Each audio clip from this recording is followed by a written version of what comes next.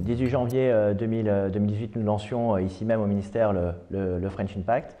Depuis, 22 entreprises pionnières ont été honorées et surtout accompagnées dans l'accélération pour en faire des solutions nationales, et certaines d'entre elles vont connaître un certain nombre d'évolutions dans les semaines qui viennent, réglementaires, qui vont permettre de développer encore leur activité. Donc nous accompagnons l'accélération pour démontrer la puissance de transformation de l'ESS. Nous avons levé aussi des fonds.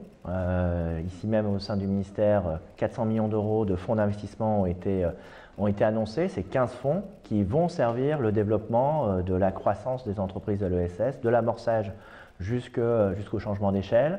Nous avons mis en place des guichets uniques France Expérimentation pour lever les freins réglementaires des innovateurs sociaux, et nous y travaillons chaque jour. Et puis nous avons labellisé les 20 premiers territoires French Impact, des territoires métropolitains, ruraux, ultramarins.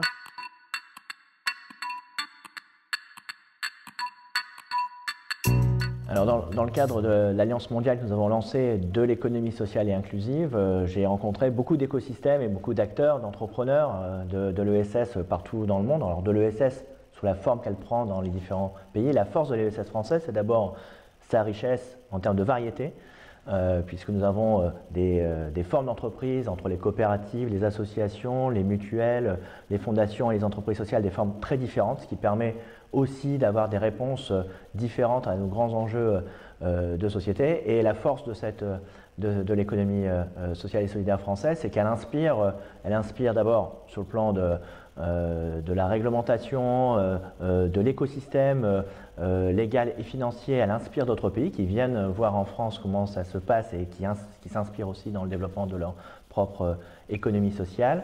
Et puis par ailleurs, la force, ce sont surtout les entrepreneurs, ceux qui agissent au quotidien, qui inspirent aussi par leurs solutions, par leurs innovations sociales, d'autres solutions dans d'autres pays. Donc il y a à la fois la force, la puissance, la richesse, la variété de ce secteur, et puis en même temps la puissance et la dynamique des entrepreneurs.